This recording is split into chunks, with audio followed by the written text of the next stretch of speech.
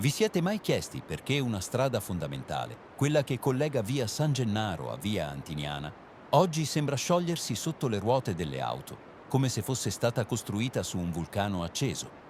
E vi siete mai chiesti perché, mentre il terreno trema, le fumarole ribollono e i boati scuotono i vetri delle case, lo Stato continua a non dare risposte concrete?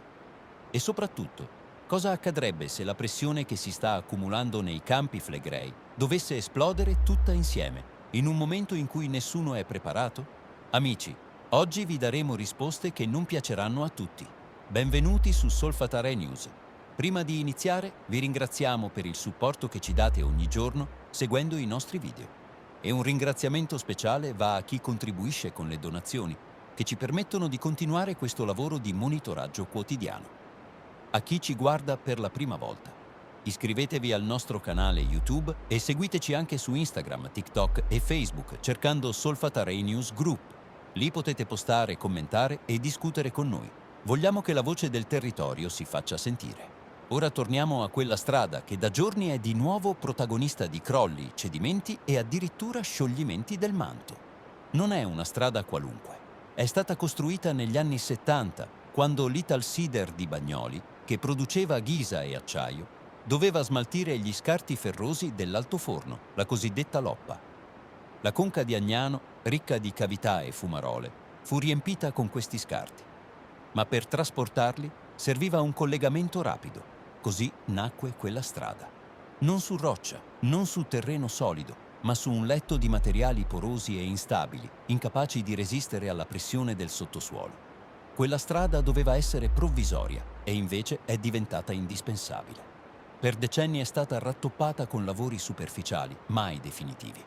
E oggi, mentre la fumarola che ribolle sotto di essa riprende forza, vediamo le conseguenze. L'asfalto si deforma, si spacca e in alcuni tratti si scioglie letteralmente. Una situazione che un tempo si ripeteva ogni 3 o 4 anni, ma che ora accade ogni mese. È come guidare sopra un braciere nascosto che attende solo di spaccarsi del tutto. E qui arriva un dettaglio che pochi ricordano. Dopo i riempimenti con scarti industriali, l'intera conca di Agnano è stata trasformata in un'area di cemento e asfalto. Sono stati costruiti centinaia di capannoni e concessionarie di automobili e addirittura la NATO ha occupato per anni vaste porzioni del terreno, restando presente fino a pochi anni fa. Tutto questo sopra un suolo fragile, che già di suo ribolliva di calore e gas. Un equilibrio instabile che oggi sta tornando a presentarci il conto. E se questo non bastasse, le fumarole circostanti si stanno risvegliando con un'intensità impressionante. Alla Pisciarelli, i nostri droni hanno registrato getti di fango bollente che si alzano con una violenza mai vista negli ultimi mesi. Il vapore è così caldo e denso che non possiamo più avvicinarci troppo. Il rischio è reale, immediato, palpabile. Nel cratere della Solfatara, le pozze di fango ribollono come calderoni. Le fumarole soffiano con più energia, il suolo emana calore estremo. Tutti segnali di una pressione interna che cresce senza sosta. Non stiamo parlando di un fenomeno passeggero. Negli ultimi giorni, intere zone dei campi flegrei hanno registrato boati improvvisi e scosse sismiche.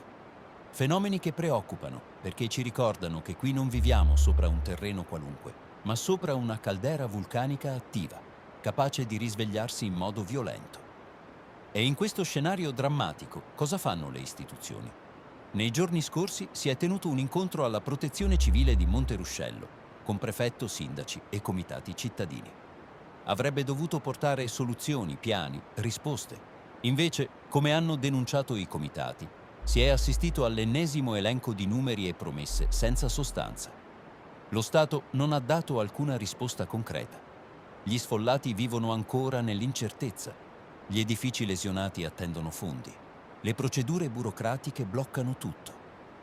Le famiglie evacuate sopravvivono grazie al contributo di autonoma sistemazione, ma nessuno sa se sarà prorogato dopo il 2025.